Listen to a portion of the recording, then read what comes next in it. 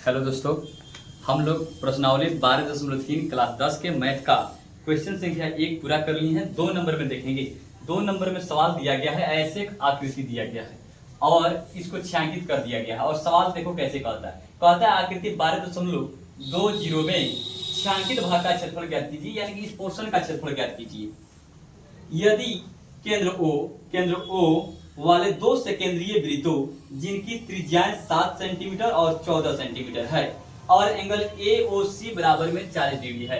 AOC बराबर में 40 degree है और छोटे वृत्त की त्रिज्या 7 सेंटीमीटर, बड़े वृत्त की त्रिज्या 14 सेंटीमीटर दिया गया है। यानी कि 7 सेंटीमीटर में आपको क्या दिया गया है जी? 7 सेंटीमीटर कहे तो आप इस वृत्त की त्रिज्या यहाँ से यहाँ तक ले और 14 सेंटीमीटर की बात किया जाए, 14 सेंटीमीटर की त्रिज्या, तो इस वृत्त की त्रिज्या करना है यहाँ से यहाँ तक। चलो ठीक है, हमको छायांकित भाग का क्षेत्रफल ज्ञात करना है। तो सबसे पहले इसमें सोचेंगे कि छायांकित भाग का क्षेत्रफल निकलेगा कैसे।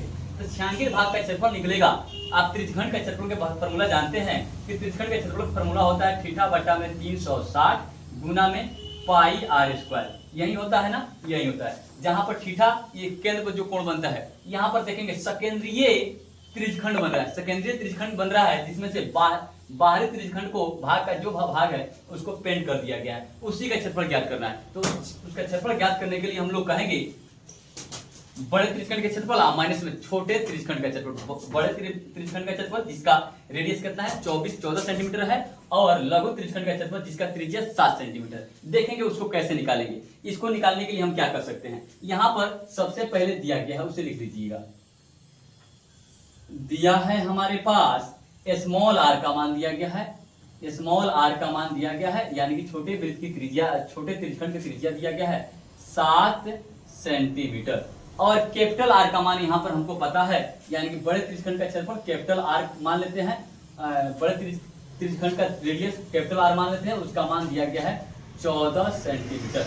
अब आपको छायांकित भाग का क्षेत्रफल ज्ञात करना है। तो छायांकित भाग का क्षेत्रफल बराबर में प्रोसेस के साथ बनाएंगे, क्योंकि एग्जाम में नंबर ना काटे। ऐसे सवाल आए तो फुल प्रोसेस के साथ बनाया जाता है कि यहाँ पर जो नंबर मिलता है उसको पूरा के पूरा हम लोग अर्जित कर लेते हैं, और नहीं तो हम लोग टूट भांग बनाएंगे, छोटे छोटे मतलब कि इधर उधर बनाएंगे तो हमको नंबर नहीं मिलता है। तो उसको ध्यान में रखते हुए कैसे बनाएंगे देखेंगे, ध्यान से लिखेंगे।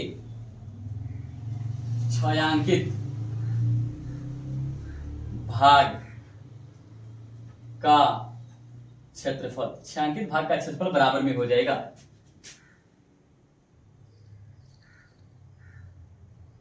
r त्रिज्या वाले त्रिज्यखंड, r त्रिज्या वाले त्रिज्यखंड का क्षेत्रफल घटाओ स्मॉल r, कैपिटल R ये था, यहाँ पर स्मॉल r त्रिज्या वाले त्रिज्यखंड का क्षेत्रफल। यानी कि हमारे पास में त्रिज्यखंड का क्षेत्रफल का फॉर्मूला होता है थीटा बटा 360 गुना पाई r स्क्वायर। अब r अलग अलग है तो अलग अलग r ले लेंगे, यानी कि थीटा बटा में 360, दोनों का थीटा एक ही है, 40 डिग्री है, थीटा बटा 360 गुना में पाई। यहाँ पर बड़े त्रिज्यखंड को ले रहे हैं तो बड़े r का स्क्वायर, यानी कि थीटा बटा 360 गुना pi capital R square. Minus में यही हो जाएगा फॉर्मूला थीटा बटा में 360 गुना में पाई, और इसका रेडियस छोटे वाला को ले रहे हो तो छोटे वाला का रेडियस यानी कि पाई स्मॉल r का स्क्वायर। अब देखेंगे ध्यान से, हमारे पास में थीटा बटा 360 पाई सेम है तो इसको कॉमन कर लेंगे, यानी कि हो जाएगा हमारे पास में थीटा बटा में 360 गुना में पाई, बाहर कर लेते हैं तो कैपिटल R का स्क्वायर और माइनस में स्मॉल r का स्क्वायर।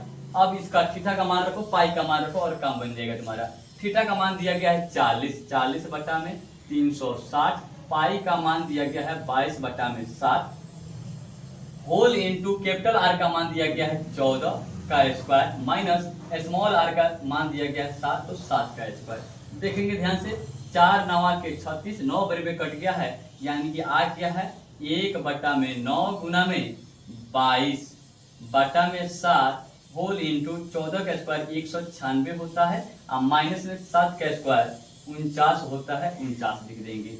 अब ये 22 हो गया, 22 को 22 आप लिख लेते हैं और 9 सतह 63 को 63 लिख देते हैं और 194 में से 49 को घटा दीजिए और यहाँ पर गुना में लिख दीजिए। तो 16 में से 9 गया, 16 में से 9 गया तो हमारे पास में 7 बचा और ये हुआ हमारे पास में 8 में से कितना घटा, 8 में से 4 घटेगा तो बचेगा 4 और यहाँ पर ये बचेगा ही बचेगा। अब कटने वाला होगा तो काट लेंगे, तो 7 से कटता है तो काट लो, 7 9 63 और 7 दूना 14, 7 1 7, 3 से कटेगा, 3 3 के 9, 3 7 21, यानी कि आ गया हमारे पास में 22 गुना में यहाँ पर कितना बचा है 7, बाटा में कितना बचा है 3, 22 7 154 यानी कि 7 दूना 14 के 4, 7 दूना 14 1 15, बाटा में कितना आएगा 3, यही हो जाएगा उत्तर। यानी कि प्रश्न संख्या 2 का छायांकित भाग का क्षेत्रफल बराबर में हो जाएगा सेंटीमीटर स्क्वायर, इसलिए लगाते हैं क्योंकि क्षेत्रफल है, क्षेत्रफल का इकाई क्या होता है सेंटीमीटर स्क्वायर होता है, इसीलिए 154/3 सेंटीमीटर स्क्वायर आंसर लिख देंगे और हमारा छायांकित भाग का क्षेत्रफल निकल जाएगा। जय हिंद, मिलेंगे दूसरे वीडियो में।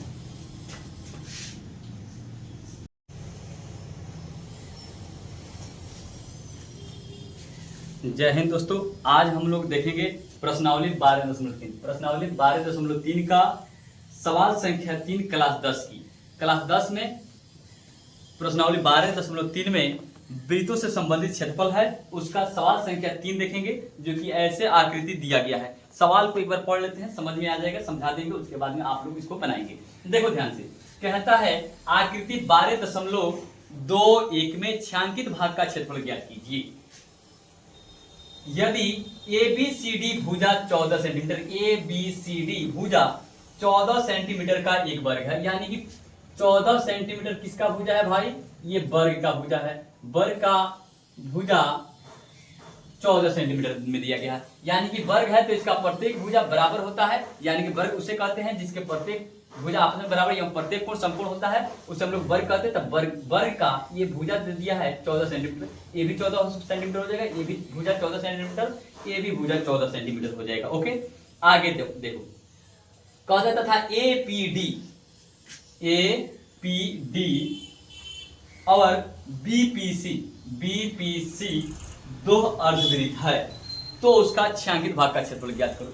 समझ लो सवाल को एक बार, यानी कि एक वर्ग है जिसका नाम है ABCD, उसमें क्या किया है, दो वृत्त बना दिया गया है, यानी कि वर्ग की प्रत्येक भुजा की लंबाई को व्यास मानते हुए दो अर्धवृत्त खींचा गया है, एक ऐसे अर्धवृत्त खींचा गया है और दूसरी ओर ऐसे अर्धवृत्त खींचा गया है। खींचने के बाद में जो पोर्शन छूट जाता है उसको पेंटेड कर दिया गया है और यही छायांकित भाग का क्षेत्रफल ज्ञात करना है। सवाल में यही चीज दिया गया है, तो हम लोग कैसे करेंगे समझ लीजिए एक बार। इसको हम लोग निकालने के लिए कहेंगे कि एक वर्ग यानी कि ABCD भुजा वाले वर्ग का क्षेत्रफल और घटाओ दो अर्धवृत्त का क्षेत्रफल, यानी कि दो अर्धवृत्त का क्षेत्रफल, इसका रेडियस का मान कहा जाए तो यहां से लेकर यहां तक की दूरी, सेंटर से वहां तक की दूरी को रेडियस कहेंगे, अर्थात रेडियस 7 सेंटीमीटर हो जाएगा। यहां पर जो दिया गया है उसे लिख लीजिए। सबसे पहले दिया गया है